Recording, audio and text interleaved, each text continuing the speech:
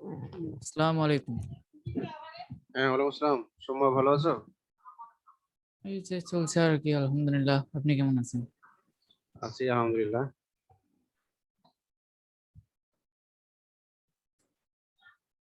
তোমাদের বগুড়ার করোনার পরিস্থিতি কেমন? আমি বাইরে বের হই না, সঠিক জানি না। না, আজকে দেখলাম যে ভালোই মারা গেছে মানুষরা বগুড়াতে। হ্যাঁ,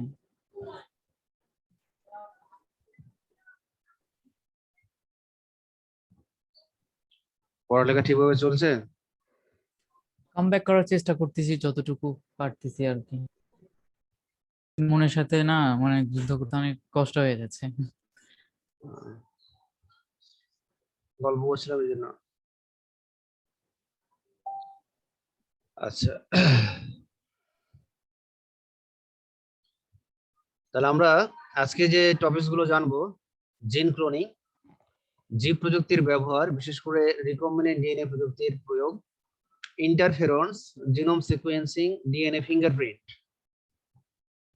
প্রথমে আমরা আসবো জিন ক্লোনিং। জিন ক্লোনিং হলো কোনো জীবের ডিএনএ পৃথক করে তা থেকে কোনো বিশেষ বৈশিষ্ট্যের কাঙ্ক্ষিত জিন চিহ্নিত করে ওই জিনকে হুবহু কপি করা। সহজ কথায়, কোনো কাঙ্ক্ষিত জিনকে হুবহু কপি করা বা সংখ্যা বৃদ্ধি করাই হলো জিন ক্লোনিং। গবেষণাগারে বিশ্লেষণ করার জন্য অথবা উন্নত মানের প্রোটিন তৈরি করার জন্য রিকম্বিনেন্ট ডিএনএ তৈরির একটি উদ্দেশ্য হলো বিশেষ জিনের হুবহু কপি তৈরি করা। জিন ক্লোনিং এর উৎস, হ্যাঁ, তিনটি উৎস থেকে জিন ক্লোনিং করা যেতে পারে বিনা ক্রাইটেরিয়াই তৈরি। বিনা ক্রাইটেরিয়াই তৈরি মানে হলো র্যান্ডম সিলেকশন। তো বিনা ক্রাইটেরিয়াই তৈরি ক্রোমোজোমের খণ্ড যা ভেক্টরে অন্তর্ভুক্ত করা, এগুলো জিন লাইব্রেরিতে রক্ষিত আছে। সুনির্দিষ্ট এমআরএনএ থেকে রিভার্স ট্রান্সক্রিপশন করা কমপ্লিমেন্টারি ডিএনএ। গবেষণাগারে অর্গানিক কেমিস্টগণ কর্তৃক বিশেষ প্রক্রিয়ায় তৈরিকৃত ডিএনএ খণ্ড। তো জিন ক্লোনিং আসলে দুই ধরনের আছে। হ্যাঁ, আমরা এখানে দেখবো যে জিন ক্লোনিং হলো দুই ধরনের, একটা ডিএনএ ক্লোনিং আর একটা হলো রিপ্রোডাক্টিভ ক্লোনিং। তো এটা যাওয়ার আগে, হ্যাঁ, বর্তমানে খুব বহুল প্রচলিত একটা পদ্ধতি আমরা শুনতেছি, যেমন পিসিআর। পিসিআর জিনিসটা কি এটা আমরা একটু জেনে নিই। হ্যাঁ, পিসিআর মানে হলো পলিমারেজ চেইন রিঅ্যাকশন। এই যে আমরা এখন করোনা ভাইরাসের যেটা শুনতেছি যে আরটিপিসিআর, হ্যাঁ, এর মাধ্যমে টেস্ট করা হয়। তো এই পিসিআর সম্পর্কে একটু জেনে নিই। 1984 সালে আমেরিকান বিজ্ঞানী ক্যারি মেভিস কোষ বহির্ভূতভাবে ডিএনএ ক্লোনিং এর দ্রুততম এক পদ্ধতি আবিষ্কার করেন। এই প্রযুক্তিকে পলিমারেজ চেইন রিঅ্যাকশন বা পিসিআর বলা হয়। একটি টেস্ট টিউবে একটি জিনের বহু কপি করা যায় পিসিআর এর মাধ্যমে। হ্যাঁ, এটা ভালো করে বুঝো, একটি টেস্ট টিউবে একটা কাঙ্ক্ষিত জিনের বহু কপি তৈরি করা যায় পিসিআর এর মাধ্যমে বা পলিমারেজ চেইন রিঅ্যাকশনের মাধ্যমে। প্রথমে দ্বিসূত্রক ডিএনএ কে 90 ডিগ্রি সেলসিয়াস তাপমাত্রায়, হ্যাঁ, হিট দিলে একক সূত্রকে পরিণত করা যায়। ডিএনএ যে দুটো সূত্র, সে দুটো সূত্র, হ্যাঁ, একক সূত্রকে পরিণত হয়ে যায়। ডিএনএ রেপ্লিকেশনের জন্য ডিএনএ রেপ্লিকেশনের জন্য 5 প্রান্তে একটি প্রাইমার যুক্ত করা হয়। ডিএনএ রেপ্লিকেশনের জন্য 5 প্রান্তে একটা প্রাইমার যুক্ত করা হয় এবং একটি আদর্শ প্রাইমার 12 থেকে 20 বেস পর্যন্ত লম্বা হয়ে থাকে। ডিএনএ পলিমারেজ তখন সম্পূরক সূত্র তৈরি করে দেয়। কয়েক মিনিটে কপি তৈরি হয় এবং অল্প সময়ে অসংখ্য কপি তৈরি হয়ে যায়। তো তোমরা হয়তো যারা ডিএনএ রেপ্লিকেশনের ক্লাস করেছো, তারা কিন্তু এই জিনিসগুলো তোমরা জানো যে প্রাইমার বা ডিএনএ পলিমারেজ এনজাইম, এগুলোর নাম ফাইম বা যারা ওই যে মারিয়া, এরা হয়তো এই ক্লাসগুলো পেয়েছে। হ্যাঁ, এগুলো এগুলো সম্পর্কে তো জানো ফাইম, যে প্রাইমার প্রাইমার কি কাজ করে, তারপর হলো প্রাইমারের কাজটা মনে আছে? পলিমারেজ প্রাইমারের কাজটা কি মনে আছে?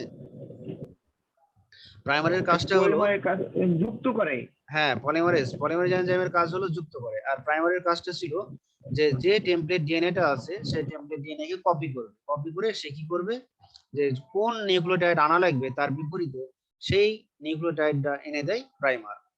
তো এইভাবে দেখা গেল যে একটা টেমপ্লেট ডিএনএ এর বিপরীতে প্রাইমার যে তার বিপরীতে বিভিন্ন ধরনের যে ডিএনএ নিউক্লিওটাইড গুলো আনা লাগবে সেগুলো এনে দেয় এবং ডিএনএ পলিমারেজ এনজাইম সেই নিউক্লিওটাইড গুলোকে সংযুক্ত করে নতুন একটা স্ট্র্যান্ড বা নতুন একটা সূত্রক তৈরি করে দেয়। তো আমরা এই পরীক্ষাটা আমরা এখানে দেখতে পাচ্ছি, সবাই একটু ভালো করে খেয়াল করো। প্রথমে আমরা দেখতে পাচ্ছি একটা দ্বিসূত্রক ডিএনএ অণু। সবাই কি আমরা ছবিটা দেখতে পাচ্ছি? আমরা কিন্তু পিসিআর হ্যাঁ স্যার। জিনিসটা কি, পিসিআর স্যার, দেখতে জিনিসটা কি সেটা বোঝানোর একটু চেষ্টা করছি। তাহলে পিসিআরটা হলো এরকম একটা দ্বিসূত্রক ডিএনএ অণু। এই দ্বিসূত্রক ডিএনএ অণুকে 90°C তাপমাত্রায় উত্তপ্ত করা হয়, যার ফলে এরকম আমরা ডিএনএ এর একক একটা সূত্র পেয়ে যাব। উপরে একটা সূত্র, নিচে তার আরেকটা সূত্র, পরিপূরক সূত্র।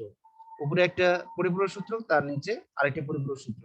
তাহলে এখানে আগে দুটো সূত্র একসাথে ছিল, এখন কিন্তু হিট দেওয়ার ফলে এই সূত্র দুটো আলাদা হয়ে গেছে। এখন যেহেতু এগুলো একক সূত্রক হিসেবে বা টেমপ্লেট ডিএনএ হিসেবে কাজ করছে, নিচে আমরা একটা ছোট্ট জিনিস দেখতে পাচ্ছি, এটাকে বলবো আমরা প্রাইমার। তাহলে এই প্রাইমার গুলো কি করবে, ধরে নাও এখানে অ্যাডেনিন সংশ্লিষ্ট নিউক্লিওটাইড আছে, তাহলে এর বিপরীতে আনা লাগবে থাইমিন সংশ্লিষ্ট নিউক্লিওটাইড। বা এখানে সাইটোসিন যদি থাকে, তাহলে এর বিপরীতে গুয়ানিন সংশ্লিষ্ট নিউক্লিওটাইড প্রাইমার ধরে নিয়ে আসবে। এইভাবে কি করবে প্রাইমার, যে টেমপ্লেট ডিএনএ আছে তার বিপরীতে সংশ্লিষ্ট নিউক্লিওটাইড গুলোকে নিয়ে আসবে, এবং যখন নিয়ে আসা শেষ হবে তখন পলিমারেজ এনজাইম কি করবে, সেগুলোকে সংযুক্ত করে দেবে। হ্যাঁ, এগুলো হলো সেই পলিমারেজ এনজাইম, যার ফলে আমরা এখানে পেয়ে যাব যে টেমপ্লেট ডিএনএ এর বিপরীতে আমরা এখানে দেখতে পাচ্ছি নতুন একটা সূত্র তৈরি হয়েছে। নিচের টেমপ্লেট ডিএনএ থেকেও তার বিপরীতে নতুন সূত্র তৈরি হয়েছে। তাহলে পিসিআর আসলে এইভাবেই কাজ করে।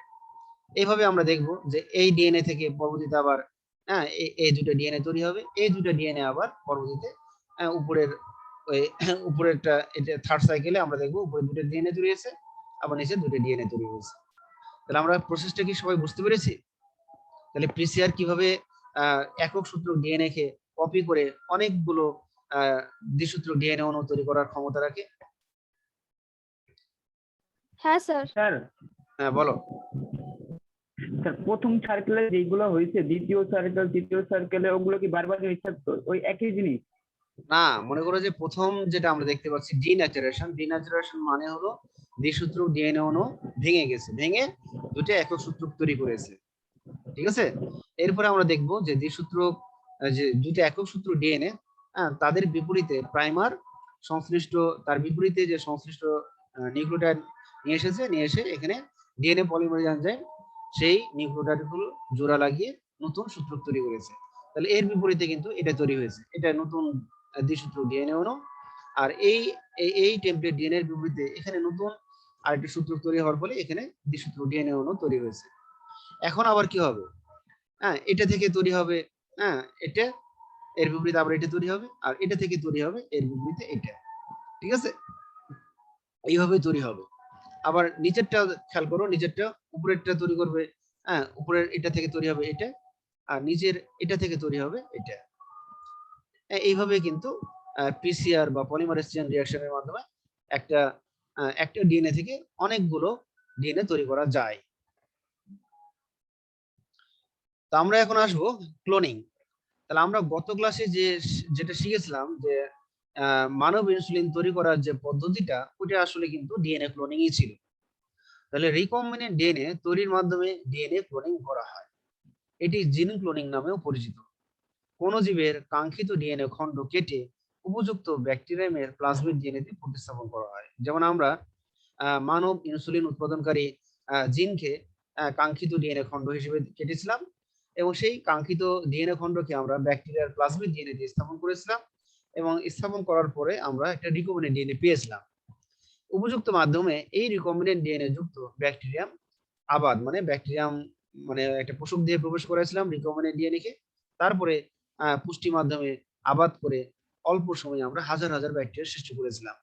তাহলে আমাদের মানব ইনসুলিন তৈরির যে রিকম্বিনেন্ট ডিএনএ প্রযুক্তিটা ছিল, সেটা আসলে এক ধরনের ডিএনএ ক্লোনিং। তাহলে আমরা কি এই ডিএনএ ক্লোনিংটা বুঝতে পেরেছি? আমরা এবার পড়বো রিপ্রোডাক্টিভ ক্লোনিং। এটা কিন্তু তোমাদের আমি শিখাইনি, এটা এখন আমি শিখাবো যে কিভাবে রিপ্রোডাক্টিভ ক্লোনিংটা করা হয়। তো সবাই একটু মনোযোগ দিয়ে শোনার চেষ্টা করো। তাহলে জনন পদ্ধতিতে দাতা কোষের ডিএনএ এর মাধ্যমে তার হুবহু প্রতিছবি সম্পন্ন নতুন প্রজন্ম সৃষ্টি করার কৌশল হলো রিপ্রোডাক্টিভ ক্লোনিং। 1996 সালে ডলি নামক ভেড়ার সৃষ্টি হয় এই প্রক্রিয়ায়। তো এই প্রক্রিয়াটা কি? তাহলে আমরা এখানে দেখব যে আমরা প্রথমে একটি ভেড়ার স্তন গ্রন্থি থেকে কোষ নিয়ে তাকে আবাদ মাধ্যমে সংখ্যা বৃদ্ধি করানো হয়। তাহলে প্রথম যে ভেড়াটা আমরা নিব সেটাকে আমরা বলবো দাতা ভেড়া। এই দাতা ভেড়াটা হতে পারে পুরুষ, হতে পারে স্ত্রী।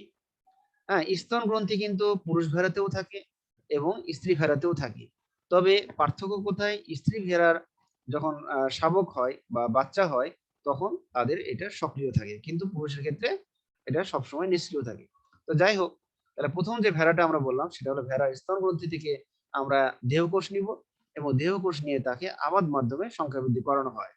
তাহলে প্রথম যে ভেড়া থেকে আমরা কোষটা নিয়েছি সেই ভেড়াকে আমরা বলবো দাতা ভেড়া। এরপরে দ্বিতীয় একটা ভেড়া, পরে অপর একটি ভেড়ার ডিম্বাণু কোষ নিয়ে তা থেকে নিউক্লিয়াস সরিয়ে নিয়ে তদস্থলে দাতা কোষের নিউক্লিয়াস প্রবেশ করানো হয়। তাহলে আমরা দ্বিতীয় যে ভেড়াটা নিব সেই ভেড়াটা অবশ্যই কিন্তু স্ত্রী ভেড়া, কারণ স্ত্রী ভেড়াতে ডিম্বাণু উৎপন্ন হয়। তাহলে স্ত্রী ভেড়ার ডিম্বাণু কোষকে নিয়ে সেই ডিম্বাণু কোষের যে অরিজিনাল নিউক্লিয়াস, ডিম্বাণু কোষের নিউক্লিয়াসটা কি হ্যাপ্লয়েড না ডিপ্লয়েড বলতো? ডিম্বাণু কোষের নিউক্লিয়াসটা কি কি ধরনের হবে, হ্যাপ্লয়েড না ডিপ্লয়েড? ডিপ্লয়েড। না, ডিম্বাণু আর শুক্রাণু এগুলো তো জনন কোষ। ডিম্বাণু আর শুক্রাণু হলো জনন কোষ, তাহলে জনন কোষ অলওয়েজ হ্যাপ্লয়েড। হ্যাঁ, এক সেট ক্রোমোজোম বা এন সংখ্যক ক্রোমোজোম থাকবে। তাহলে ডিম্বাণু কোষের যে নিউক্লিয়াসটা ছিল সেই নিউক্লিয়াসটা কি ছিল? Haploid nucleus.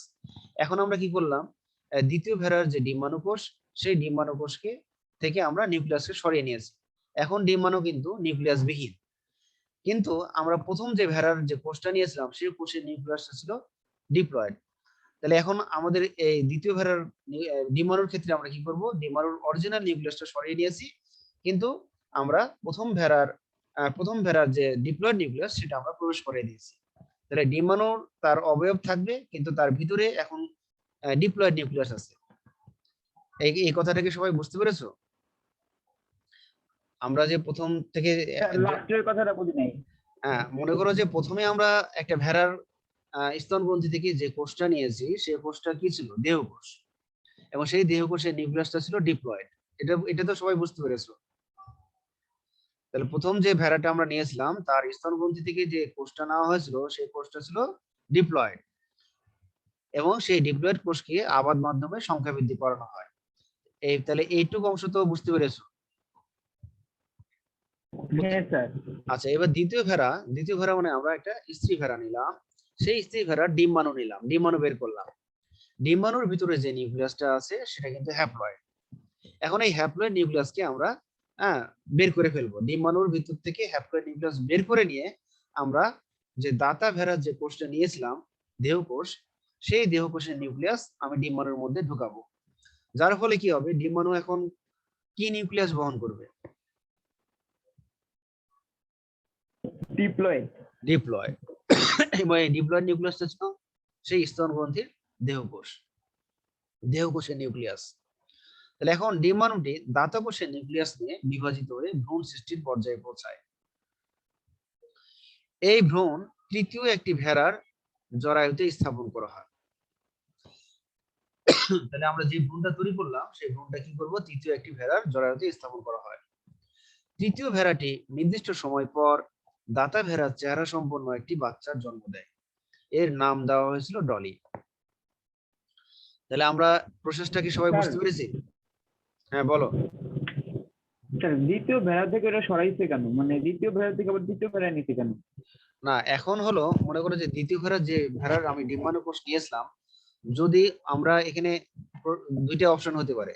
যদি আমরা যে ভেড়ার মানে দ্বিতীয় ভেড়া, আমরা তো স্ত্রী ভেড়া নিয়েছিলাম, সেই স্ত্রী ভেড়ার দেহতেও আমরা এই ভ্রূণটা প্রতিস্থাপন করতে পারতাম যদি তার জরায়ুটা ভালো থাকতো। আর যদি ভালো না থাকে সেক্ষেত্রে আমরা ভ্রূণটা তৃতীয় একটি স্ত্রী ভেড়ার জরায়ুতে স্থাপন করব। ক্লিয়ার? এখানে এখানে আসলে তিনটা ভেড়াও হতে পারে, দুইটা ভেড়াও হতে পারে। হ্যাঁ, কারণ আমরা যে স্ত্রী ভেড়ার ডিম্বাণু নিয়েছিলাম সেই ডিম্বাণু কোষটা বের করে সেই ডিম্বাণুর ভিতরে আমরা স্তন গ্রন্থির দেহকোষের নিউক্লিয়াসটা প্রবেশ করিয়ে আমরা দ্বিতীয় ভেড়ার জরায়ুতেও এই ভ্রূণটা স্থাপন করতে পারতাম। হ্যাঁ, এখানে আমরা কি করেছি যে এই তৃতীয় একটি ভেড়ার জরায়ুতে আমরা স্থাপন করেছি। তাহলে ধরে নিতে হবে যে দ্বিতীয় ভেড়ার জরায়ুটা হয়তো ভালো ছিল না। যদি ভালো থাকে তাহলে আমরা দ্বিতীয় ভেড়ার জরায়ুতেও আমরা এই ভ্রূণটাকে প্রতিস্থাপন করতে পারতাম। এখন এই ভ্রূণটা ভেড়ার জরায়ুতে একটা নির্দিষ্ট সময় অতিবাহিত করবে এবং নির্দিষ্ট কয়েক মাস পর দেখা যাবে যে দাতা ভেড়ার চেহারা সম্পন্ন একটি বাচ্চার জন্ম দেয়। যেহেতু আমরা দেহকোষের নিউক্লিয়াসটা ব্যবহার করেছিলাম ডিম্বাণুতে, এই জন্য যে শাবক ভেড়াটি হবে সেই শাবক ভেড়াটি ঠিক হুবহু দেখতে কার মতো হবে?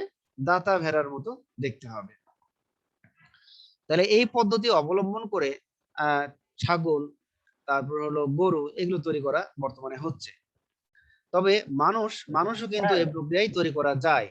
হ্যাঁ, কিন্তু মানুষের এই প্রক্রিয়ায় নতুন একটা মানুষ তৈরি করার আহ, বিধিনিষেধ আছে। ঠিক আছে, মানুষের ক্ষেত্রে ক্লোনিং করা মানে নিষিদ্ধ আছে বর্তমানে। বলো। স্যার মানে এটার সুবিধাটা কি?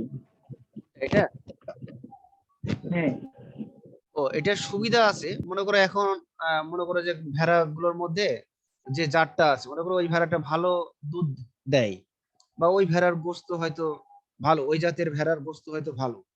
তখন দেখা গেল যে যে তাদের বাচ্চা অনেক সময় দেখা গেলো যে সেরকম ভাবে বড় করতে অনেক সময় লাগিয়ে যায়। হ্যাঁ, তখন আমরা কি করব, আমরা এইভাবে যদি আমরা তৈরি করতে পারি, তাহলে আমরা আহ, সেই একই জাতের বৈশিষ্ট্য সম্পন্ন আমরা আহ, নতুন ভেড়া তৈরি করতে পারবো। এবং যেটা যে ভেড়া আমাদের আমি যে ভেড়া পছন্দ করেছিলাম, ঠিক একই রকম ভেড়ার আহ, আমরা অনেকগুলো কপি তৈরি করতে পারছি। এখন মানুষ এটা নিষিদ্ধ কেন? মনে করো যে আমার আমার হয়তো স্তন গ্রন্থি আছে, সেই স্তন গ্রন্থি থেকে কোষ নিয়ে এরকম দেখা গেলো যে একটা স্ত্রীর ডিম্বাণু বের করে সেই ডিম্বাণু নিউক্লিয়াসকে অপসারিত করার পর আমার স্তন গ্রন্থির কোষ, স্তন গ্রন্থির যে কোষ, সেই কোষে নিউক্লিয়াস দেওয়া হলো, দিয়ে সেগুলোকে ভ্রূণ তৈরি করা হলো। এবং এই ভ্রূণটা দেখা গেলো যে একটা স্ত্রীর জরায়ুতে স্থাপন করার ফলে দেখা গেলো যে আমার মতোই সে যখন বাচ্চা প্রসব করলো, আমার মতোই একটা নতুন বাচ্চা হবে, তার বৈশিষ্ট্য হুবহু আমার মতোই হবে। কিন্তু আমি যদি অসাধু হই, দেখা গেল যে আমি হয়তো এখন তোমাদের হয়তো পড়াচ্ছি বা কলেজে চাকরি করছি, হ্যাঁ, হয়তো আমি কি করলাম, আমার ক্লোনটাকে এখানে বসায় দিয়ে গেলাম, আর আমি হয়তো এদিক ওদিক ঘুরে বেড়াচ্ছি বা অন্য কোনো কাজ করতেছি। তাহলে এটা তোমাদেরকে এটা ঠকানো হলো। হ্যাঁ, যে নকল মাহবুব স্যার হয়তো এখানে ক্লাস নিচ্ছে আর আসল স্যার নাই। তো এরকম হয়তো একজন চোর, সে মনে করো যে আমি যদি এরকম করি তাহলে সে দেখা গেলো যে পুলিশের শরণাপন্ন আছে, তার তার ক্লোনটা চুরি করে বেড়াচ্ছে। টিভিতে দেখো না, এরকম অনেক অনেক কিন্তু এরকম টিভিতে সায়েন্স ফিকশন এরকম অনেক ছবি তৈরি হয়। হ্যাঁ, যে তার ক্লোনটা এসব করে বেড়াচ্ছে, কিন্তু হ্যাঁ সে স্যার। কিন্তু সে কিন্তু আছে। এই সমস্ত বিভিন্ন কারণেই মানুষের ক্লোন করা নিষিদ্ধ। তো জিনিসটা বুঝতে পেরেছো? হ্যাঁ স্যার। আচ্ছা, এবার আমরা আসবো রিকম্বিনেন্ট ডিএনএ প্রযুক্তির প্রয়োগ। তাহলে রিকম্বিনেন্ট ডিএনএ প্রযুক্তি হচ্ছে বর্তমান বিশ্বে বহুল আলোচিত অত্যন্ত সম্ভাবনাময় প্রযুক্তি বিজ্ঞান। জীবন জীবিকার প্রায় সব ক্ষেত্রেই এই প্রযুক্তির সম্ভাবনার দ্বার উন্মুক্ত। এর দ্বারা জেনেটিক মডিফিকেশন ঘটানো যায়। নিচে রিকম্বিনেন্ট ডিএনএ প্রযুক্তির কয়েকটি প্রায়োগিক ব্যবহার নিয়ে সংক্ষিপ্ত আলোচনা করা হলো কৃষিক্ষেত্রে। তাহলে কৃষিক্ষেত্রে আমরা যে জিনিসগুলো দেখবো, কৃষিক্ষেত্রে আমরা বেশ কিছু জিনিস দেখবো, যেমন ট্রান্সজেনিক উদ্ভিদ তৈরি, গুণগত মান উন্নয়ন, সুপার রাইস বা গোল্ডেন রাইস উদ্ভাবন, হ্যাঁ, রোগ প্রতিরোধক্ষম জাত উদ্ভাবন, নাইট্রোজেন সংবন্ধন, দ্যুতিময় উদ্ভিদ সৃষ্টি, বীজহীন ফল সৃষ্টি, ট্রান্সজেনিক প্রাণী বা জিএম প্রাণী সৃষ্টি, ক্ষতিকর কীট পতঙ্গ রোধী উদ্ভিদ সৃষ্টি। তো এগুলোর মধ্যে আমরা কয়েকটি জিনিস শিখবো, যেমন অধিক ফলনশীল শস্য উৎপাদনে, চাষাবাদকৃত ফসলের কোন প্রজাতির মধ্যে সালোক সংশ্লেষণে বেশি সক্ষম, নাইট্রোজেন সংরক্ষণ ক্ষমতা সম্পন্ন, ফল অধিক পুষ্টকরণ ইত্যাদি বৈশিষ্ট্য স্থানান্তরের মাধ্যমে অধিক ফলনশীল জাত উৎপাদন করা যায়। পুষ্টিগুণ বৃদ্ধিতে, তাহলে আমরা এই যে সুপার রাইসের কথা বলছিলাম একটু আগে, সুপার রাইস বা গোল্ডেন রাইস, বা আমরা বাংলায় বলবো যে সোনালী ধান, বাংলায় আমরা বলবো সোনালী ধান। তাহলে এই সোনালী ধানটা কিভাবে তৈরি হয়েছে? সুইস বিজ্ঞানী ইঙ্গো পট্রিকাস ও জার্মান বিজ্ঞানী পিটার বিয়ার ক্যারোটিন সমৃদ্ধ এক প্রকার বিশেষ ধান আবিষ্কার করে, যাকে সোনালী ধান বলা হয়। চাষাবাদকৃত ধানের জাতগুলোর মধ্যে এই বৈশিষ্ট্য অনুপস্থিত। কৃষি গবেষণায় এটি একটি যুগান্তকারী আবিষ্কার। এবং ভবিষ্যতে এই গবেষণার নতুন দ্বার উন্মোচিত হয়েছে। তাহলে রিকম্বিনেন্ট ডিএনএ এর মাধ্যমে জ্যাপোনিকা টাইপ ধানে ড্যাফোডিল টাইপ ধানের বিটা ক্যারোটিন জিন প্রতিস্থাপন করে সোনালী ধান উদ্ভাবন করা হয়েছে। ঠিক আছে, তাহলে এই দুই বিজ্ঞানী কি করেছেন, যে রিকম্বিনেন্ট ডিএনএ প্রযুক্তির সাহায্যে জ্যাপোনিকা টাইপ, এটা একটা ধানের জাত, জ্যাপোনিকা টাইপ ধানে কি করেছে, ড্যাফোডিল টাইপ ধানে এক ধরনের বৈশিষ্ট্য রয়েছে বা এক ধরনের কাঙ্ক্ষিত জিন আছে যারা বিটা ক্যারোটিন উৎপন্ন করতে পারে। তাহলে এই বিটা ক্যারোটিন উৎপন্নকারী জিনকে রিকম্বিনেন্ট ডিএনএ প্রযুক্তির সাহায্যে কি করেছে, জ্যাপোনিকা টাইপ ধানে প্রতিস্থাপন করা হয়েছে, যার ফলে জ্যাপোনিকা টাইপ ধানটা সোনালী ধান উৎপন্ন করতে সক্ষম হয়। তো এই ধরনের ধান তৈরি করার সুবিধাটা আসলে কি? এই ধরনের ধান তৈরি করার ক্ষেত্রে দেখা গেছে যে বিটা ক্যারোটিন এটা এক ধরনের ভিটামিন, ভিটামিন এ, এই ভিটামিন এ সমৃদ্ধ জাত। এই জাতটা আর জ্যাপোনিকা টাইপ ধানেই কেন আমি দিলাম, কারণ জ্যাপোনিকা টাইপ ধানটা আবার অধিক ফলনশীল। তাহলে অধিক ফলনশীল প্লাস বিটা ক্যারোটিন উৎপন্ন করতে পারছে এই সোনালী ধানগুলো। এই কারণে এই ধরনের ধানের চাল যদি বা ভাত যদি শিশুরা খায়, তাহলে শিশুরা ভিটামিন এ এর অভাব থেকে দূর হবে, তাদের রাতকানা রোগটা হবে না। বিশ্বের অনেক দেশে যেমন ব্রাজিল, তারপর জাপান, এই সমস্ত দেশে এই ধরনের ধান উৎপাদন করা হচ্ছে। বাংলাদেশেও হচ্ছে, তবে বাংলাদেশে সাধারণত ভুট্টার বিটা ক্যারোটিন জিন নিয়ে সেটা ধানে প্রতিস্থাপন করা হয়েছে। হ্যাঁ, এটা 3-4 বছর আগে এটা হয়েছে। বাংলাদেশ কৃষি গবেষণা ইনস্টিটিউট, তারা এরকম করেছে যে ভুট্টার বিটা ক্যারোটিন উৎপন্নকারী জিনকে ধান গাছে প্রতিস্থাপন করে সুপার রাইস বা সোনালী ধান উৎপাদন করতে সক্ষম হয়েছে। দ্যুতিময় উদ্ভিদ জিনিসটা কি, যে উদ্ভিদের পাতা থেকে কি হবে, আলোর বিচ্ছুরণ হবে, উদ্ভিদের পাতা থেকে আলোর বিচ্ছুরণ হবে। তাহলে জোনাকি পোকার আলো সৃষ্টিকারী জিন, জোনাকি পোকা চিনো? জোনাকি পোকা দেখেছো? গ্রামে যাদের বাড়ি তারা হয়তো দেখেছো। হ্যাঁ স্যার। হ্যাঁ, তাহলে জোনাকি পোকা যদি আমরা হাত দিয়ে ধরে রাখি, তাহলে দেখবা যে ভিতরে মনে হচ্ছে লাইট একটু পরপরই জ্বলে উঠছে। তো ওই লাইট উৎপাদনকারী যে জিনটা আছে, সেটাকে বলা হয় লুমিসেন্স। লুমিসেন্স। তাহলে সেই লুমিসেন্স উৎপন্নকারী জিনকে আমরা বলবো আলো সৃষ্টিকারী জিন। সেই আলো সৃষ্টিকারী জিনকে রিকম্বিনেন্ট ডিএনএ প্রযুক্তির মাধ্যমে তামাক গাছে প্রতিস্থাপনের ফলে তামাক গাছ থেকে আলো বিচ্ছুরিত হয়। তাহলে এভাবে আমরা আলো উৎপাদনকারী উদ্ভিদ বা দ্যুতিময় উদ্ভিদ সৃষ্টি করতে পারবো। আগাছা নাশক প্রতিরোধী উদ্ভিদ সৃষ্টি। বিভিন্ন উদ্ভিদে আগাছানাশক প্রতিরোধী জিন প্রতিস্থাপনের মাধ্যমে এদেরকে আগাছানাশক প্রতিরোধী করা সম্ভব হয়েছে। তাহলে আমরা এখানে কিছু ছবি দেখতে পারি। এই ছবিতে আমরা এখানে দেখতে পাচ্ছি এই যে গোল্ডেন রাইস। দেখো এগুলো হলো ভাতগুলো হয়েছে সোনালী টাইপের, বা চালগুলো হবে সোনালী টাইপের, চালও সোনালী, ভাতও হবে সোনালী। তারপরে যে দ্যুতিময় উদ্ভিদ, এটা হলো তামাক গাছের, আমরা এখানে দেখতে পাচ্ছি সবুজ, আবার সবুজের মাঝে কোনো কোনো জায়গায় আলো আলো জলজল করছে। তাহলে এটা হলো দ্যুতিময় তামাক উদ্ভিদ। আচ্ছা, এরপরে আমরা আরো কিছু উদ্ভিদ তৈরি করা শিখবো, যেমন হলো রোগ প্রতিরোধী জাত উদ্ভাবন। ব্যাকটেরিয়া, ছত্রাক ও নানা রকম কীট পতঙ্গ প্রতিরোধী জাত উদ্ভাবনে এই প্রযুক্তি সাফল্যের সাথে ব্যবহৃত হচ্ছে। এই ক্ষেত্রে ব্যাসিলাস থুরিনজিয়েন্সিস, এটা একটা ব্যাকটেরিয়া, এই ব্যাকটেরিয়ার বিটা টক্সিন জিন প্রতিস্থাপন হয়েছে। তাহলে আমরা কি করব, যে বিটি টক্সিন জিনকে আমরা বের করে সেটা আমরা প্লাজমিড ডিএনএ প্রতিস্থাপন করে রিকম্বিনেন্ট ডিএনএ তৈরি করব, এবং রিকম্বিনেন্ট ডিএনএ কে পোষক ব্যাকটেরিয়া দিয়ে প্রবেশ করিয়ে আমরা অনেক সংখ্যা বৃদ্ধি করব। এইভাবে আমরা দেখব যে এই এই রিকম্বিনেন্ট ডিএনএ যুক্ত ডিএনএ কে আমরা এরকম যদি আমরা কোনো ফসলি উদ্ভিদে দিয়ে দিই, তাহলে দেখা যাবে সেই ফসলগুলো এই ধরনের সেই ফসলের যদি পাতা পোকা ভক্ষণ করে, তাহলে দেখা যাবে যে পোকা 48 ঘন্টার মধ্যে মারা যায়। কারণ ওই ফসলি উদ্ভিদগুলোতে বিটা বিটি টক্সিন জিন অলরেডি প্রতিস্থাপিত হয়েছে রিকম্বিনেন্ট ডিএনএ প্রযুক্তির সাহায্যে। বীজহীন ফল সৃষ্টিতে বর্তমানে রিকম্বিনেন্ট ডিএনএ প্রযুক্তি ব্যবহার করে অনেক দেশে বীজহীন ফল তৈরি করা হয়েছে। যেমন জাপানে বীজহীন তরমুজ, এটা আঙ্গুর হবে, আঙ্গুর উৎপাদন। তা আমরা এখানে ছবি দেখাতে পারি, এটা হলো সেই বীজহীন তরমুজ ফল। দেখো একটা তরমুজের 1/4 অংশ কাটা হয়েছে, ভিতরে কিন্তু কোনো বীজ নাই। তাহলে এটা হলো সেই বীজহীন তরমুজ ফল। এবার আমরা আরেকটা আসবো ফ্লেভার সেভার টমেটো সৃষ্টিতে। ফ্লেভার সেভার টমেটো সৃষ্টিতে। ফ্লেভার মানে কি?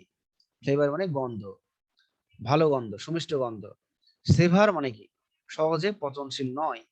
তাহলে ফ্লেভার সেভার টমেটো সৃষ্টিতে রিকমেন্ডেড ডিএনএ প্রযুক্তির ব্যবহার।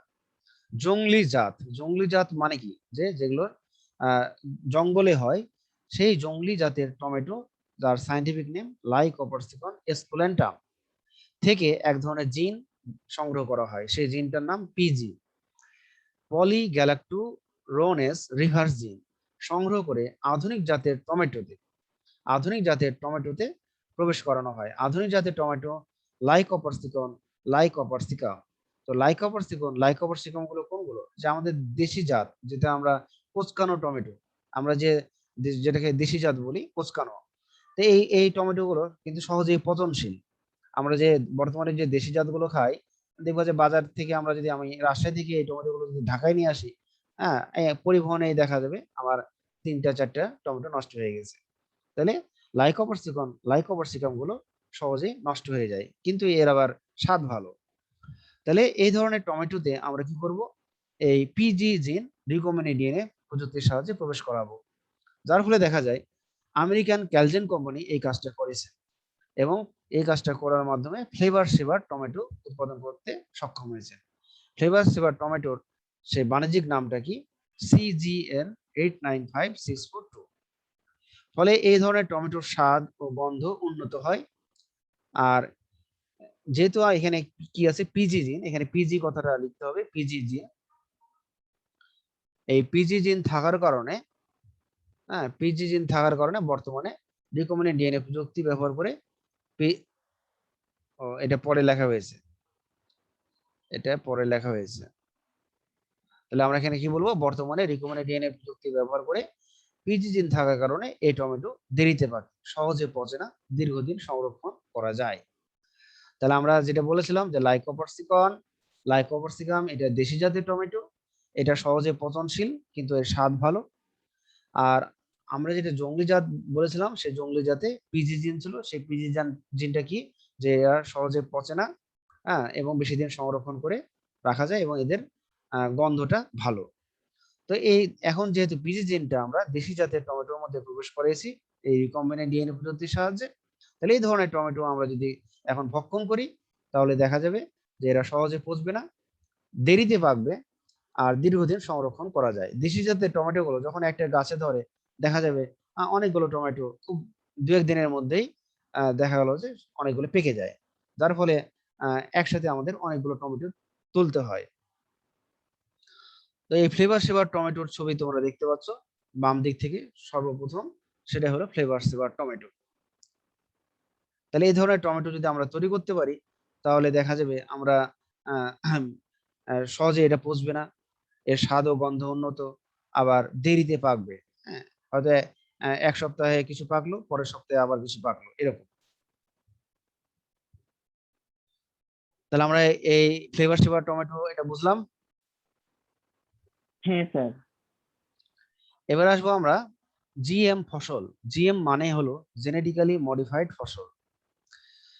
জেনেটিক মডিফিকেশনের মাধ্যমে বিভিন্ন ফসলের রোগ বালাই প্রতিরোধ ক্ষমতা বৃদ্ধি করে যে ফসল উৎপাদন করা হয় তাকে জিএম ফসল বলা হয়। বিটি বেগুন, ব্যাসিলাস থুরিনজিয়েন্সিস নামক একটি সয়েল ব্যাকটেরিয়া থেকে ক্রিস্টাল প্রোটিন জিন, যার নাম হলো প্রিল এসি, এই জিন বেগুনের জিনোমে অন্তর্ভুক্ত করে উৎপন্ন বেগুনের নাম দেওয়া হয়েছে বিটি বেগুন। এই ধরনের প্রোটিন বেগুন গাছের কচি কাণ্ড ও ফল ছিদ্রকারী পোকার কাছে বিষের মতো কাজ করে, ফলে বেগুন গাছ এই পোকার আক্রমণ থেকে রক্ষা পায়। তাহলে এটাও আমরা দেখতে পাচ্ছি, এটা হলো সেই বিটি বেগুন। আচ্ছা, এবার আমরা আরেকটা আসবো, সেটা হলো কি? গুণগত মান উন্নয়ন। গুণগত মান উন্নয়ন, গুণগত মান উন্নয়নটা কি? তাহলে যে সমস্ত ভেড়া ক্লোভার জাতীয় ঘাস খায় তাদের লোম নিম্নমানের হয়। তো এই ধরনের ঘাস সাধারণত অস্ট্রেলিয়ার ভেড়াদেরকে খাওয়ানো হয়। কি ঘাস? ক্লোভার ঘাস। ক্লোভার ঘাস নিম্নমানের কারণটা কি? কারণ ক্লোভার জাতীয় ঘাসে তোমার হলো সালফার যুক্ত অ্যামাইনো অ্যাসিড থাকে না। আর ভেড়ার লোমকে উন্নত করার জন্য সালফারযুক্ত অ্যামাইনো অ্যাসিড খুবই দরকার। হ্যাঁ, কারণ এতে সালফার কম থাকে। তাহলে ক্লোভার ঘাসে, নর্মাল ক্লোভার ঘাস অস্ট্রেলিয়ার ভেড়াদেরকে যখন খাওয়ানো হয় তখন তাদের দেখা গেল সালফারের অভাব থাকে। কিন্তু রিকম্বিনেন্ট ডিএনএ প্রযুক্তি ব্যবহার করে সূর্যমুখী থেকে সালফার অ্যামাইনো অ্যাসিড সৃষ্টিকারী জিন যদি ক্লোভার ঘাসে স্থানান্তর করা হয়, তাহলে দেখা যায় যে এই ধরনের ক্লোভার ঘাস যখন আমরা ভেড়াকে খাওয়াবো, ভেড়া ক্লোভার ঘাস খেতে এমনিতেও পছন্দ করে, এবং যেহেতু সূর্যমুখীর সালফার অ্যামাইনো সৃষ্টিকারী জিন এই ধরনের ক্লোভার ঘাসে দেওয়া হয়েছে, যার ফলে তাদেরকে আলাদা করে সূর্যমুখীর ফুল খাওয়াতে হবে না। হ্যাঁ, কারণ এই ক্লোভার ঘাসেই এখন সূর্যমুখীর ফুল থেকে পাওয়া অ্যামাইনো অ্যাসিড সৃষ্টিকারী জিন এখন আছে। যার ফলে এই ধরনের ক্লোভার ঘাস ভেড়াকে খাওয়ানো হলে তার পেটও ভরবে এবং তার লোমগুলো উন্নত মানের হবে। তো এই প্রযুক্তি এখন অস্ট্রেলিয়াতে ব্যবহার করা হচ্ছে ভেড়ার গুণগত লোমের গুণগত মান উন্নয়নের জন্য। ওকে, বুঝতে পেরেছো এটা? হ্যাঁ স্যার। আচ্ছা, এরপরে আমরা আসবো চিকিৎসা বিজ্ঞানে। এরপরে আমরা আসবো চিকিৎসা বিজ্ঞানে। চিকিৎসা বিজ্ঞানে আমরা প্রথমে আসি হলো ইনসুলিন উৎপাদন। ইনসুলিন উৎপাদন, ইন্টারফেরন উৎপাদন। ইনসুলিন উৎপাদন তোমাদের শিখিয়েছি, এই জন্য এটা আমি আর বললাম না। ইন্টারফেরন উৎপাদন আমি আজকে পড়াবো টিস্যু প্লাজমিনোজেন অ্যাক্টিভেটর, বা সংক্ষেপে বলবো টিপিএ। মানুষের রক্তনালীতে রক্ত জমাট বেঁধে স্ট্রোক করতে পারে অথবা হার্ট অ্যাটাক হতে পারে। সাথে সাথে জমাট বাঁধা রক্ত গলিয়ে দিতে পারলে রোগী সুস্থ হয়ে ওঠে। 1970 সালে প্রথম ব্যাকটেরিয়া কোষ থেকে স্ট্রেপ্টোকাইনেজ এনজাইম পাওয়া গেল, যা দিয়ে জমাট বাঁধা রক্ত গলিয়ে দেওয়া যায়। কিন্তু এই প্রোটিনটি মানুষের নিজস্ব প্রোটিন নয়, বিধায় দেহে বহু পার্শ্ব প্রতিক্রিয়া সৃষ্টি করে। ঠিক আছে? তাহলে আহ কাদের ক্ষেত্রে এটা হবে? হ্যাঁ, যদি স্ট্রোক হয়, মনে করো স্ট্রোক কোথায় হয় বলো তো? মানুষের স্ট্রোক কোথায় হয় কেউ বলতে পারবা? হৃৎপিণ্ডে। স্ট্রোক হয় সাধারণত ব্রেনে। হ্যাঁ, মানুষের ব্রেনে একটা ধমনী রক্ত নিয়ে যায়, সেই ধমনীর নাম হলো করোনারি ধমনী। কি ধমনী? করোনারি ধমনী মানুষের ব্রেনে রক্ত প্রবাহ করে। যদি এই করোনারি বলছি, সরি, ক্যারোটিড ধমনী, ক্যারোটিড ধমনী মানুষের ব্রেনে রক্ত নিয়ে যায়।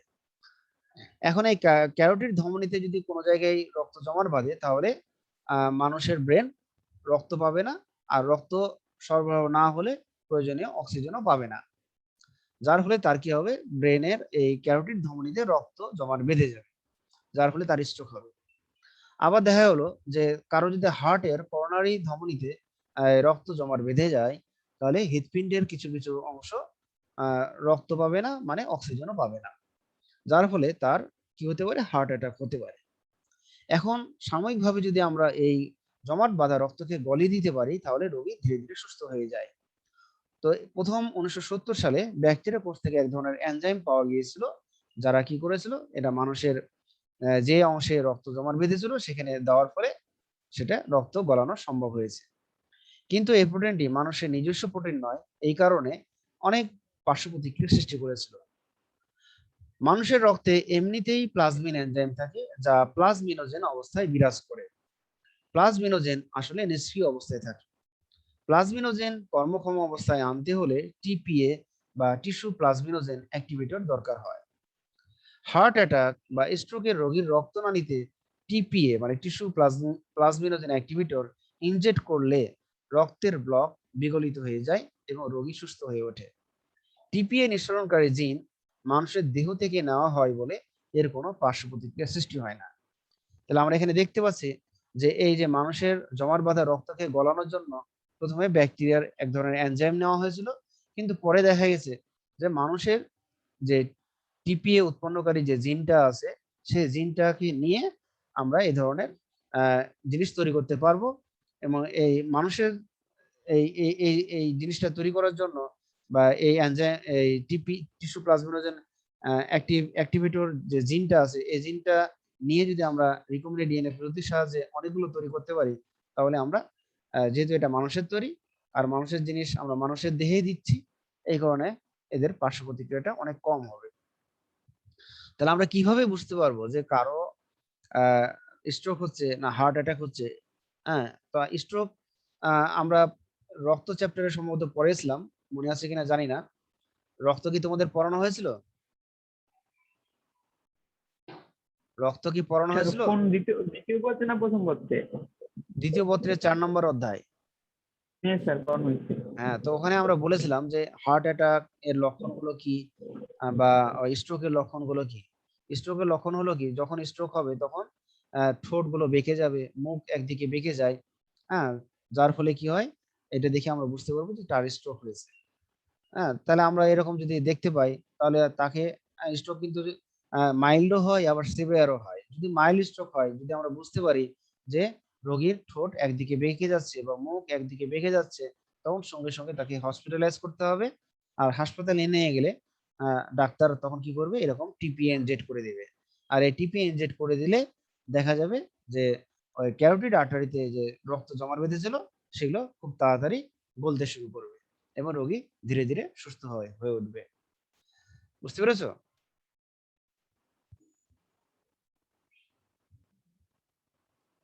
তাহলে আমরা হ্যাঁ স্যার। তিন নম্বরটা বুঝতে পেরেছি, টিপিএ। হ্যাঁ স্যার। আচ্ছা, এরপরে আসবো আমরা মলিকুলার ফার্মিং। ট্রান্সজেনিক প্রাণী উদ্ভাবনের মাধ্যমে তাদের বায়োরিয়েক্টর হিসেবে ব্যবহার করা হচ্ছে। এই ধরনের প্রাণী থেকে প্রাপ্ত দুধ, রক্ত, মলমূত্র থেকে প্রয়োজনীয় ওষুধ আহরণ করা হয়ে থাকে। তাহলে আমরা এইভাবে যে প্রাণীগুলো তৈরি করব, সেই প্রাণীগুলোকে আমরা বায়োরিয়েক্টর হিসেবে ব্যবহার করছি। হ্যাঁ, এবং বায়োরিয়েক্টর মানে এই রিকম্বিনেন্ট ডিএনএ প্রযুক্তির সাহায্যে যে প্রাণীগুলো থেকে আমরা কোনো কিছু পাবো। যেমন এই ধরনের প্রাণী থেকে আমরা দুধ পাবো, রক্ত পাবো, মলমূত্র পাবো, সেগুলো থেকে ওষুধ তৈরির উপাদান বা হিসেবে আমরা সেটা ব্যবহার করব। বায়ো ফার্মিং, যখন ফার্মাসিউটিক্যাল দ্রব্য বড় মাত্রায় উৎপাদন করা হয়, হ্যাঁ, বড় মাত্রায় উৎপাদন করা হয়, তখন তাকে বায়ো ফার্মিং বলে। যেমন ভারতের তোমার হলো সিরাম ইনস্টিটিউট, এটা একটা বায়ো ফার্মিং আমরা বলতে পারি, কারণ সেখানে কি করা হচ্ছে, করোনা ভাইরাসের টিকা ব্যাপকভাবে উৎপাদন করা হচ্ছে।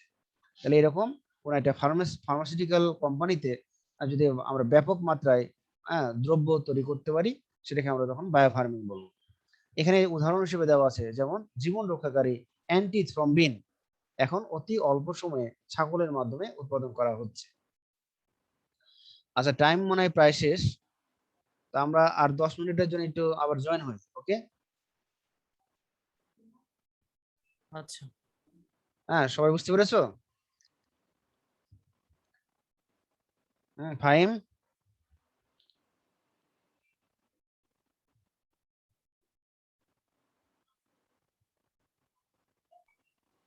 Okay sir.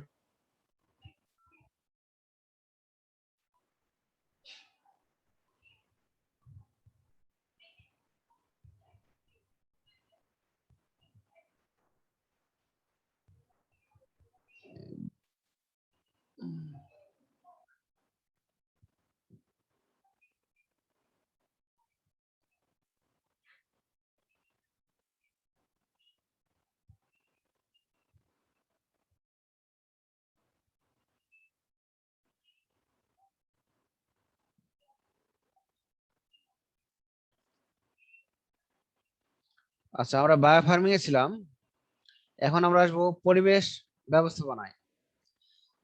যেসব ব্যবস্থা গ্রহণের মাধ্যমে পরিবেশ উন্নত করা যায়, পরিবেশ দূষণকারী উপাদান সমূহকে নিয়ন্ত্রণ বা পুনঃ প্রক্রিয়াজাত করে ব্যবহার করা যায়, তাকে পরিবেশ ব্যবস্থাপনা বলে। পরিবেশ ব্যবস্থাপনায় জীব ও প্রযুক্তির ব্যবহার নিচে দেওয়া হলো। যেমন কলকারখানা ও খনি থেকে নির্গত বর্জ্য দূষণ রোধ। তাহলে কলকারখানা ও খনি থেকে নির্গত বর্জ্য কিভাবে দূষণ রোধ করা যায়?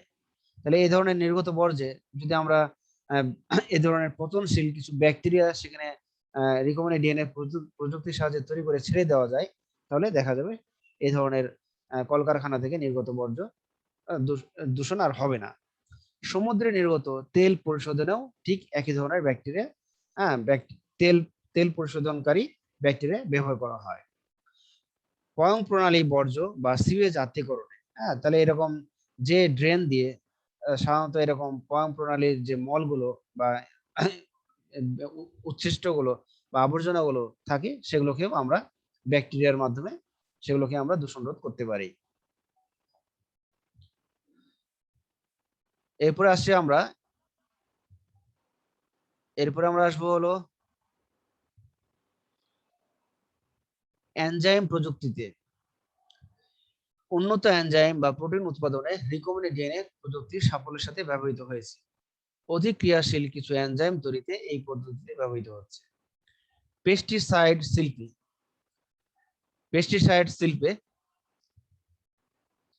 অর্থের অপচয় ও পরিবেশের ভারসাম্য রক্ষায় তথা উপকারী জীব বা কীটপতঙ্গ টিকিয়ে রেখে রোগ জীবাণু দমনে বর্তমানে এই প্রযুক্তিতে উৎপাদিত ব্যাকটেরিয়া বা ভাইরাস ব্যবহৃত হচ্ছে। ভবিষ্যতে এই প্রযুক্তির মাধ্যমে কীটনাশক উৎপাদনের সম্ভাবনা দেখা দিয়েছে। পরিবেশ ব্যবস্থাপনায় ট্রান্সজেনিক প্রাণী, এগুলো ডুপ্লিকেশন হয়ে গেছে, এগুলো আগে পড়ানো হয়েছে। আমরা নতুন টপিকসে যাব, সেটা হলো ইন্টারফেরন্স। তো ইন্টারফেরন্স দিয়ে আমরা আজকে শেষ করব পড়া। ইন্টারফেরন হলো আসলে উচ্চ আণবিক ওজন সম্পন্ন প্রোটিন যা ক্যান্সার কোষের বৃদ্ধি ও ভাইরাসের বংশবৃদ্ধিতে বাধা প্রদান করে। বহিরাগত ভাইরাস, ব্যাকটেরিয়া, ছত্রাক, বিষ, অন্য কোনো বস্তু ইত্যাদির আক্রমণ থেকে রক্ষা করার জন্য প্রতিটি মানব দেহে একটি প্রতিরক্ষা ব্যবস্থা থাকে। আর এই ব্যবস্থাকে আমরা বলবো ইমিউন সিস্টেম বা দেহের প্রতিরক্ষা তন্ত্র। তো ইন্টারফেরন হলো এমন এক ধরনের প্রোটিন যারা কি করে দেহের ইমিউন সিস্টেমের ভূমিকা রাখে বা দেহের প্রতিরক্ষায় ভূমিকা রাখে। আমাদের দেহের কোনো কোষ যখন ভাইরাস দ্বারা আক্রান্ত হয় তখন তার প্রতি সাড়া দিয়ে সংক্রমিত কোষ এই ধরনের ইন্টারফেরন নামক প্রোটিন ক্ষরণ করা শুরু করে। তো এই প্রোটিন বা ইন্টারফেরন আক্রমণকারী ভাইরাসের প্রোটিন সংশ্লেষণ বা প্রোটিন তৈরি প্রক্রিয়াটা বন্ধ করে দেয়, ফলে ভাইরাসটি আর সংখ্যা বৃদ্ধি করতে পারে না এবং পরবর্তীতে কোষগুলোকে আর আক্রমণ করতে পারে না। কাজেই সংক্রমিত কোষের চারপাশের কোষগুলো ভাইরাসের আক্রমণ থেকে রক্ষা পায়। অধিকন্তু এরা ভাইরাস প্রতিরোধক্ষম হয়ে ওঠে। কাজেই ইন্টারফেরনের কাজ হলো আক্রমণকারী ভাইরাসের সংখ্যা বৃদ্ধি বন্ধ করে দেওয়া এবং সুস্থ কোষগুলোকে ভাইরাস প্রতিরোধক্ষম করে গড়ে তোলা এবং ভাইরাসের আক্রমণ থেকে রক্ষা করা। তাহলে ইন্টারফেরন জিনিসটা কি আসলে? ধরে নাও আমরা এখানে তোমরা যারা পড়তেছো বা আমরা সবাই মিলে হয়তো বৃষ্টিতে ভিজেছি। দেখা গেল যে আমি হয়তো অসুস্থ হয়ে গেলাম ইনফ্লুয়েঞ্জা ভাইরাস দ্বারা, আর তোমরা হয়তো অসুস্থ হলো না। তাহলে বুঝতে হবে যে তোমাদের যে ভাইরাসটা ঢুকেছিল, সে ভাইরাসটা ঢোকার পর তোমাদের দেহে সঠিক মাত্রায় ইন্টারফেরন ক্ষরণ হয়েছিল, যার কারণে তোমাদের দেহে প্রবেশকৃত ভাইরাসটা ইন্টারফেরন ডিস্ট্রয় করতে সমর্থ হয়েছে। কিন্তু আমার দেহে সঠিকভাবে ইন্টারফেরন নির্গত হয় নাই, যার কারণে আমি ইনফ্লুয়েঞ্জার বিরুদ্ধে প্রতিরোধ গড়ে তুলতে পারি নাই। যেহেতু আমি ইন্টারফেরন ভালো তৈরি করতে পারি নাই, এই কারণে আমি আক্রান্ত হয়ে গেছি ইনফ্লুয়েঞ্জা ভাইরাসে এবং যে যে কোষটা আমার আক্রান্ত হয়েছিল সেই কোষটা তখন পার্শ্ববর্তী অন্যান্য কোষগুলোতেও আক্রান্ত আক্রান্ত করে ফেলবে, যার কারণে আমি কিন্তু ইনফ্লুয়েঞ্জা জ্বরে কয়েকদিন ভুগবো। তাহলে ইন্টারফেরন যদি বাইরে থেকে দেওয়া হয়, আমি যদি আগে জানতে পারতাম যে আমার আসলে ইন্টারফেরনের অভাব আছে, তাহলে দেখা গেল যে আমি ইন্টারফেরন ইনজেকশন মাধ্যমে আমার দেহে পুশ করে নিতাম, তাহলে আমি আর ইনফ্লুয়েঞ্জা ভাইরাস দ্বারা আক্রান্ত হতাম না।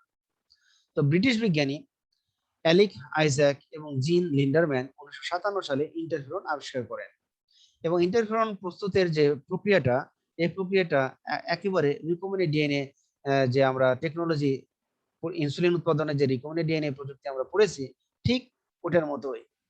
তাহলে এখানে আমরা ইনসুলিন উৎপাদন করে জিনটি নিয়েছিলাম মানুষের কোন কোষ থেকে, মনে আছে? ইনসুলিন উৎপাদনকারী জিন মানুষের কোন কোষ থেকে নেওয়া হয়েছিল? সে কোষটার নাম কে বলতে পারবা?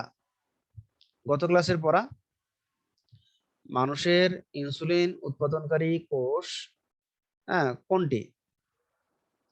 একজন বলতে পারবা না? বা কোন অঙ্গে থাকে? লাস্ট ক্লাসের পড়া তো কোশ্চেনটা আরেকবার একটু করেন। মানুষের ইনসুলিন উৎপাদনকারী জিন কোন কোষে থাকে?